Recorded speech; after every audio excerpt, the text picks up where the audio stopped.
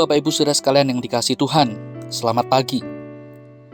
Bagaimana kabar saudara hari ini? Saya harap saudara ada dalam keadaan yang baik. Saudara, sebelum kita bersama-sama akan memulai aktivitas kita pada hari ini, mari kita datang kepada Tuhan untuk memohon pimpinannya. Kita berdoa. Kami memuji kebesaran-Mu ya Allah, sebab karena anugerah-Mu kami boleh ada sebagaimana kami ada saat ini. Ya Tuhan, biarlah di pagi ini, sebelum kami memulai seluruh aktivitas kami, biarlah jiwa kami beroleh perteduhan pada saat kami merenungkan firman-Mu. Tuntunlah kami di dalam kebenaran-Mu ya Tuhan. Demi Kristus kami berdoa dan mengucap syukur. Amin. Sudah pada pagi ini kita akan melanjutkan perenungan kita dari surat Roma. Dan kini kita tiba pada pasal yang ke-9, ayat yang pertama sampai dengan ayat yang ke-29.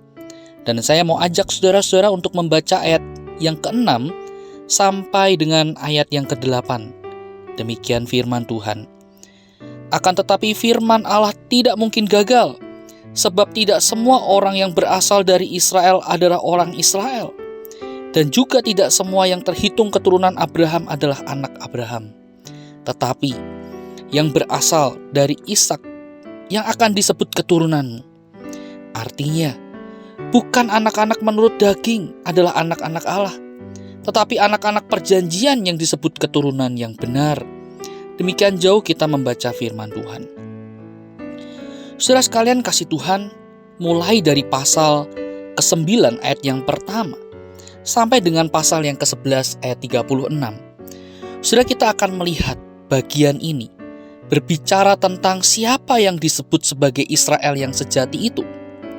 Apakah mereka yang disebut Israel sejati itu hanyalah dia yang secara lahiriah keturunan Abraham, atau yang lain di luar keturunan Abraham langsung, atau dengan kata lain orang-orang non-Yahudi juga bisa disebut sebagai Israel sejati. Sudah di sini Paulus dengan tegas mengatakan Israel yang sejati tidak ditentukan oleh hal-hal lahiriah yang terdapat dalam diri seseorang. Jadi meskipun dia adalah keturunan Abraham langsung yang mewarisi seluruh janji-janji Allah, namun jika dia menolak Yesus Kristus sebagai pemenuhan janji Allah akan keselamatan yang kekal itu, maka ia bukanlah Israel yang sejati.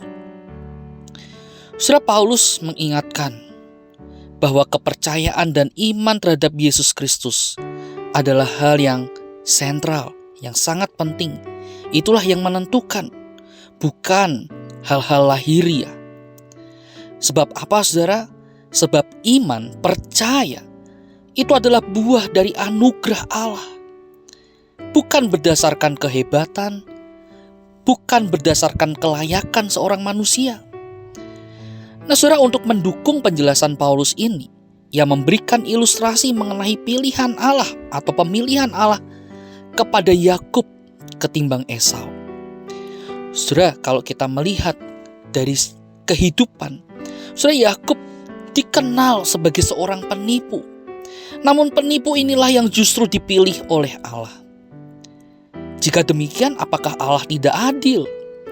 Sekali-kali tidak, tegas Paulus. Pada ayat yang ke-15, saudara, pasal yang ke-9 ayat yang ke-15, Paulus mengutip apa yang menjadi perkataan Allah kepada Musa yang berbunyi, "Aku akan menaruh belas kasihan kepada siapa aku mau menaruh belas kasihan, dan aku akan bermurah hati kepada siapa aku mau bermurah hati." Saudara, sejatinya itulah anugerah. Anugerah ada pemberian yang diberikan bukan berdasarkan perbuatan atau jasa atau kelayakan seseorang. Saudara, melalui bagian ini kita diingatkan bagaimana kita perlu mensyukuri anugerah Tuhan itu di dalam kehidupan kita. Meski kita bukan keturunan Abraham secara lahiriah, tetapi dalam anugerahnya, saudara, kita diperhitungkan untuk menerima keselamatan kekal itu. Dan di dalam ketidaklayakan kita, bersyukurlah apabila kita juga diperhitungkan karena iman kita kepada Yesus Kristus, sehingga kita boleh hidup di dalam janji-janji Tuhan yang begitu luar biasa. Namun saudara, hal ini tidak hanya berhenti sampai di sini, saudara. Melainkan sebagaimana Paulus, yang juga masih mempunyai perhatian, ia juga masih memikirkan kepada orang-orang sebangsanya yang masih belum percaya kepada Yesus. Kita pun juga dipanggil, saudara, untuk tetap mempunyai perhatian kepada orang-orang yang belum percaya yang ada di sekitar kita. Bagaimana wujud perhatian itu? Tentu saja kita bersedia atau kesediaan kita untuk mengabarkan Injil dan menghidupi atau hidup kita menjadi berkat bagi orang-orang yang ada di sekitar kita.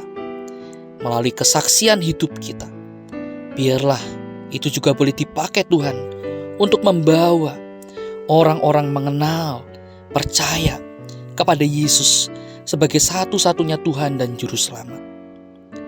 Kiranya Tuhan menolong kita. Mari kita berdoa.